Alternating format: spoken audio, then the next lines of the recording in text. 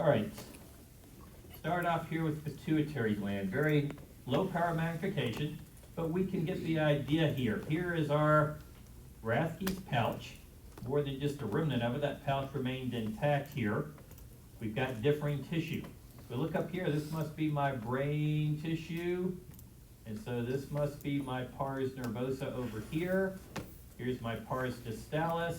On the other side of Rathke's pouch, I've got some darker staining tissue here. That wedger tissue must be pars intermedia. I am not certain why I've still got epithelial tissue over here around the edge. I don't know if that's because mouse is maybe a little bit different, but I don't have an explanation on that for you. Okay, but the Rathke's pouch, this may be not fully developed. That's why Rathke's pouch is still very obvious here. But you can see, looking at that with the naked eye very closely with a magnifying glass, why they'd look and say, I've got a posterior pituitary and an anterior pituitary, but they miss the fact that I got a little bit of this anterior pituitary type material, epithelial material, right there on the wrong side of Rathke's pouch within the posterior pituitary. All right, this is looking at our pars distalis. How do I recognize it? Well, what I'm going to do, first thing that's going to jump out at me is I've got two populations of cells, my acidophils and my basophils, and then I want to look to see, do I find my chromophobes, because they're not always as numerous, sometimes they are. But if I look in here carefully, I can see that I've got some cells that are staining kind of a little bit of a brownish color in here.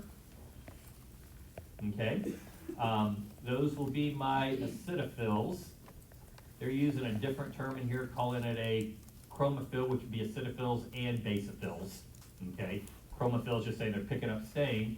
And then I've got some that maybe have a little bit more of a purplish cytoplasm. They aren't really standing out that well in here, but if I put the pointer just above the pointer here, I've got one that really doesn't have the brown type of coloring to it, correct? Got a bit more of the purple, but it doesn't stand out as well. That would be my basophil. And then I can find some where, in fact, I am not getting much of any stain in here. I like the one they've got labels that really stands out here as a chromophobe. Okay? This one's a labeled slide. I don't think they have as much differentiation as I would like between acidophils and basophils here. Next one is going to be much better in that respect.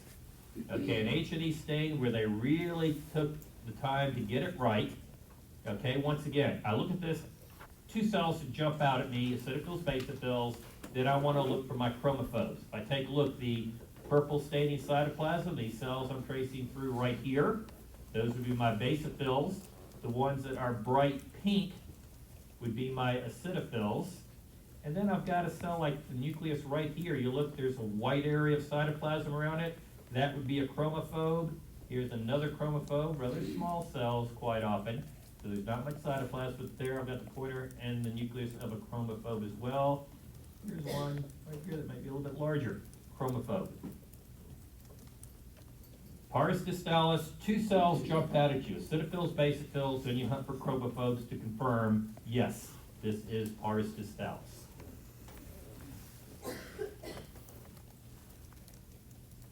All right, next one here with an azan stain, not quite as vivid, but the ones that are staining nice and pink will be my acidophils. And then my basophils, you know, here I've got the pointer right in the nucleus of a basophil. Here's another basophil. Just not the reddish color to them, just a slight purple tint to the cytoplasm. Here's two. Got the the pointer right in between two in the upper left-hand corner here. Okay? And then what I want to do after now is, do I find chromophobes? This is one. I've got it noted over here. They labeled that a basophil. That's not a basophil they're pointing to, is it? That's a chromophobe. Okay. Here's another chromophobe. Pointers in the nucleus of a chromophobe. Here's another chromophobe right here at the pointers in the nucleus of. Okay. And so the acidophils and basophils should jump out at you. Then you look at the chromophobe to firm it up that that is in fact pars distalis. Okay, if we take a look at this, this looks a good bit different. We can see over here, hopefully you can look at that and say, that kind of looks epithelial in nature. That would be correct, because that's pars intermedia. But this over here is our pars nervosa. Okay, no real distinction to say, oh yeah, that's pars nervosa. You can't really tell me but you know there are axons running through here. These nuclei are nuclei supportive cells called pituocytes. And once again, I can make out a good bit of capillaries running through here. Many places I can see capillaries. If they were to label one of these as being a herring body, so be it. Don't get picky in terms of is it a capillary herring body. You may not be able to tell the difference a lot of times. But that is my pars nervosa. All right, coming back to this. Once again, thing that first jumps out at me is I've got these yellowish, a little bit of a rusty color cells. Those would be my acidophils. Then I've got some like these two cells right here. Have a little bit of purple to their cytoplasm. Here's another one right here I'm circling. A little bit of purple to the cytoplasm. Here's a little bit of purple to the cytoplasm as well. Those will be my basophils. And then I want to look for chromophobes. Okay, right here I'm in the nucleus of a chromophobe. Here's another nucleus. They're side by side. See the white cytoplasm surrounding the nuclei. Maybe I should say the lack of staining cytoplasm around the nucleus of those two cells. Okay, and so I can make out a few more. Those are very good ones I pointed to earlier. There's a few more in here as well. I mean, here's a fairly decent one right here. But 3 cell types, acidophils, basophils. This one, the basophils really don't jump nearly as much. Some of them do, but most of them just have a slight tinge to them, not a real dark purple cytoplasm like some of these that really jump out at you. But 3 cell types, you're looking at pars distalis. All right, a little bit different recipe here in terms of the stain. Once again, in this case, the rusty color, a little bit of a yellow tinge that rusty, so it's my acidophils. The one that has a purple staining cytoplasm would be my basophils. And then I want to look for things like right here is a chromophobe. No staining around that nucleus. Here's another one in the middle of some other cells, a chromophobe. Chromophobes, sometimes, here's a very good one right here in the middle of other cells where you can see white cytoplasm, unstaining cytoplasm around it being a chromophobe. Chromophobes, if you're overstaining a little bit, which they may have overstained a little bit to get the basophils to pick up their azan a little bit better, okay? Sometimes those chromophobes are a little bit harder to see. All right, I like this slide right here. Over here would be my pars nervosa. Here's my pars distalis, and I can kind of get the idea there's 2 populations of cells in there. And I could say, I can circle if I really wanted to. I would make you make that identification. Right here I'm circling a chromophobe. I see a nucleus in white around it, cytoplasm picking up stain. What is this little wedge of tissue right here? That little wedge of tissue coming up right there is in between pars distalis and pars nervosa. That's pars intermedia. Okay? Once again, I described it as a wedge-shaped structure in there. That's pars intermedia. All right, thyroid gland. Nothing else is going to look like it. It doesn't always look exactly the same, but you're always going to see follicles there with colloid in the follicles. Now, sometimes the colloid shrinks up during the processing, and so it looks like there's a white area around it. Sometimes it completely falls out as you're making the slide, so it's a completely clear area, like right here. All right? And we'll look at some differences as we go through here. All right, higher power magnification. There is a name, and I don't recall it, where you see this scalloped effect. That scalloped effect from the colloid, first of all, the colloid is shrunken up a little bit. That white area here is an artifact. It should be filling up the entire follicle. But the scalloped effect is where these follicular cells have taken some of that immunoglobulin out and processed it into T3 and T4. Okay? There's a name for it. It's not commonly given, so I didn't give it to you guys, and I don't recall it off the top of my head. But here are my follicular cells. surrounding each follicle. And if I wanted to do a C cell or parafollicular cells, it'd be cells in between. So, if I pointed to cells in here, these would be my C cells, parafollicular cells that make calcitonin. All right, here once again would be the idea of follicles containing immunoglobulin or colloid. They've shrunken up a little bit. So the way for the follicular cells, here is one. Gee, is that an empty follicle? No, it's just when you made it paper thin, the colloid fell out. And so you'll often see parts of them that are empty like this. They're labeled in a parafollicular cell right here, little wedge in between this follicle, and I guess there's a little bit of a follicle here. The wedge in between is where you find those parafollicular cells. All right, look at this. This looks a little bit different, doesn't it? Why does Grandpa not have the get up and go we used to have? Can you see that his basal metabolic rate has fallen? Okay. You still see follicles with immunoglobulin and follicular cells around here. They're just not as robust as they were in previous images, correct? Okay. And so, this could describe a disease state where somebody's had, part of that thyroid gland has been destroyed by an antibody, an autoimmune antibody or something like that. But this could also be a natural effect of aging. My 90-year-old mother, I don't know, she still bounces off the walls with her walker, okay? But, that her thyroid gland may look more like that, okay? All right. Next one here. Here's the thyroid gland of your 2-year-old nephew who doesn't stop. Okay, you see the difference between them, but you still recognize this thyroid gland, correct? You see plenty of follicles, follicular cells surrounding, and then this little patch of cells right here. Pointers in the middle of them, that little patch of cells would be parafollicular cells. Okay?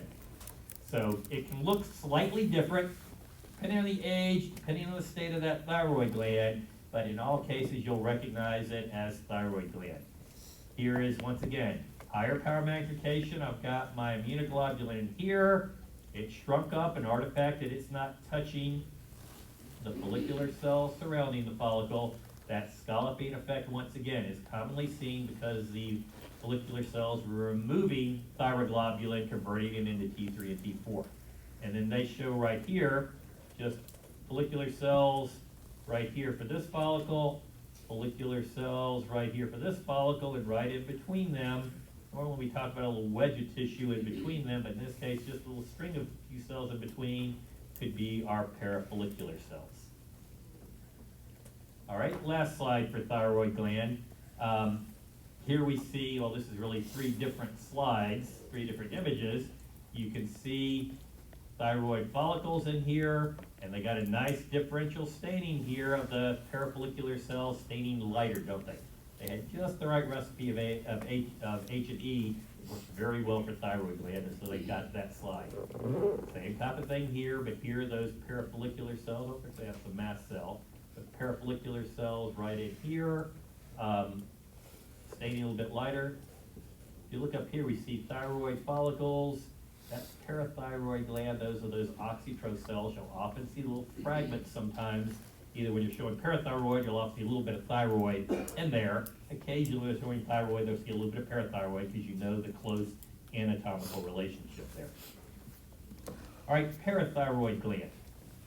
Parathyroid gland, once again, will often have a little bit of thyroid gland with it you recognize, but here is our parathyroid gland. Fairly young because I don't see a lot of adipose in there. Let's say post-puberty though, because I see large pink cells in here. Those would be my oxytros or oxyphils.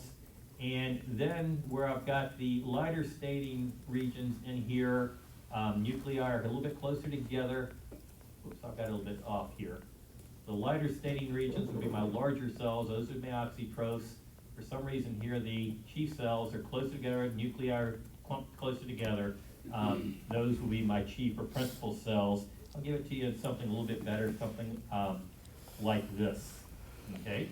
Maybe not even the best of images here, but if you know this is parathyroid, nuclei close together, those are my chief cells or principal cells that make parathyroid hormone. The pink staining cells in here these are going to be my oxyphil or oxytroph cells. Let's go to one a little bit higher. Here's showing the oxytroph cells and the chief cells. This is an old slide where it's lost staining in it. The stain has faded. The very small cells, and you can even make out the cell membrane between the cells over here.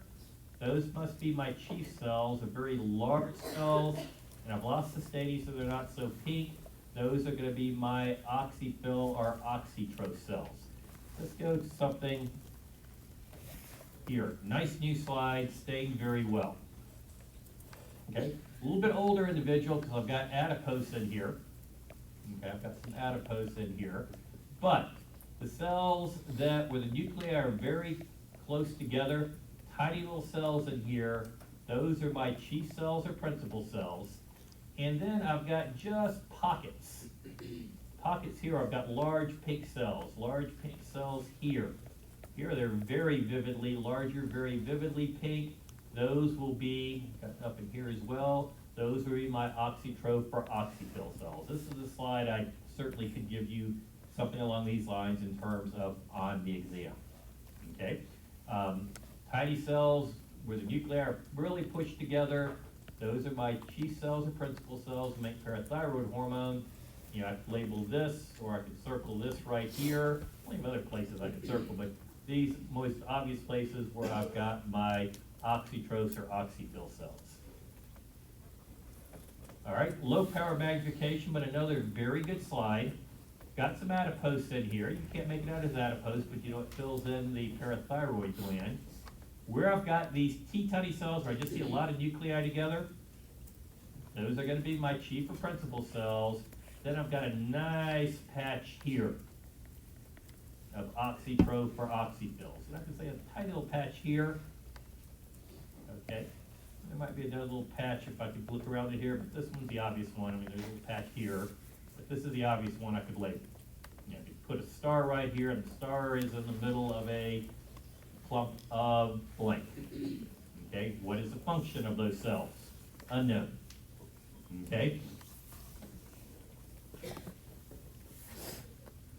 All right, higher power magnification, and what they're trying to show you in this, you see all of the chief cells or principal cells, tiny cells, nuclei are close together, and then you start to see just, you know, one large oxytroph. You might be some more in here. This might be one right here. It looks like there's one right here. This is how they start. Remember, they don't develop until just prior to puberty, and you start off with one that divides into two, divides into 2 divided into 4, 4 into 8, and so on. What starts as individual cells scattered throughout ends up with, you know, a patch here, a smaller patch here that started later, that type of thing. And so, you know, if they're showing you where it's just individual oxytrophs, well, here's 2 together, that's, you know, that's that 10-year-old who's just starting the process. All right, adrenal gland. Adrenal gland is going to have a cortex and a medulla, the cortex being epithelial tissue, medulla being nervous tissue. And remember, we'll see in some other slides, the cortex comes all the way around and wraps around the medulla on both sides. Cortex is going to have 3 zones to it. We don't always make out those zones, but we know them by appearance. Got a capsule at top here. Zone just below the capsule, a fairly narrow zone, is zona glomerulosa. A wide zone in the middle, and if we put the star right here in the middle, would be our fasciculata, and then the zone that's closer to the medulla, I'd put the star right here, that would be my zona reticularis, and then if I put the star down here, I am in the adrenal medulla. All right, here's a slide with H&E where we can kind of make out the 3 different zones right here. Cortex is, you know, got the capsule, which is this line up here, that bright pink line up there. Just below it is my glomerulosa, and then the lighter staining region, which is the largest in here, that is going to be my fasciculata, and then the region down here, staining more pink, that is going to be my reticularis. And then down here, tracing the outline of it, this would be my adrenal medulla. Okay? No, you can't always make it out. Sometimes you have to look closely to see the zone. Sometimes they will pop out at you if we have just the perfect slide. All right, if we take a look here, this is one, once again, I always hate it when you've got the, right at the very top of the screen here, you would have had the capsule. Why don't you show me the edge? I mean, it's only that much further. Show me the edge when you're making this photograph from that slide. You can make out the idea of glomerulosa just below that capsule, okay? Has little hairpins.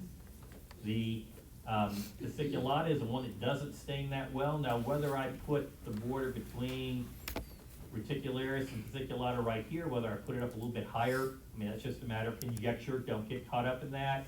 I will tend to put, I'll put it right underneath the capsule here for glomerulosa, somewhere towards the middle. In this case, you can see a lighter staining region, or maybe not put it right in the middle here of the entire thickness of the cortex, but I put it where it's obvious, it's fasciculata. And then if I can see the medulla, which I can barely make out down here, I'll put a star here for reticularis. Okay? Not always real clear cut on these, so you identify it by position. All right, once again, they took off the edge of the capsule here, but you can make out fasciculata. You can kind of get the idea. It comes up and does a hairpin loop just underneath the capsule. That is glomerulosa, and then the fasciculata are the ones that are arranged more in cords, and they tend to be the lightest staining because of the fact they've got so many secretory vesicles in them. Okay? All right, lower power magnification. We can see our capsule staining peak surrounding it here. I can't really, once again, make out the zones, but if that's the capsule, if I put the star right here, I am in glomerulosa. If I put the star right here, I'm in fasciculata. If I put the star right here, I'm in reticulosa. And if I'm reticularis, I put the star down here, I'm in the adrenal medulla. What am I in if I put the star right here? Okay, I'm in reticularis, fasciculata, glomerulosa. Remember that cortex wraps all the way around. Here I'm doing glomerular filtration rate coming in this direction. Down here I'm doing glomerular filtration rate coming the opposite direction. Okay, so sometimes students get so caught up, in images such as the next one here that they forget that it goes all the way around and that you've got the same zones just from the outside working in on the bottom side as well. All right, once again, if I look at this, I've got the capsule up here, I've got the medulla down here, so I know if the star is placed right here, glomerular filtration rate, I'm in glomerulosa. Fasciculata in the middle, if I put the star right here, put the star down here, I'm in reticularis. Okay? Don't always see them in terms of staining properties or whatever, but you know them by position. All right, same kind of thing here. Down the very bottom corner down here is the adrenal medulla. Here's my capsule. I can kind of see those hairpin loops. So this is my glomerulosa. Fasciculata isn't nearly as large or as wide of an area here. I'll put the area here for fasciculata and reticularis down here. Okay, don't always get caught up in terms of the width of them because it can vary a little bit. The angle of the cut, and I'm guessing a little bit different kidney age of that kidney in terms of that mouse. All right, here's another one where we see both sides. Here's our adrenal medulla. All of this purplish staining material in here. That would say this is cortex up here, but it looks like it's kind of bent on itself. It's better to look at it down here in terms of here is my capsule. So I'm at glomerulosa right here, fasciculata, reticularis. Okay, this is right next to the medulla. Once again, identify them by position. Here's my capsule, so just each of the capsules, glomerulosa. In the middle, fasciculata, closer to the medulla, reticularis. Reticularis is the one that typically picks up the most stain, okay, in terms of the cells.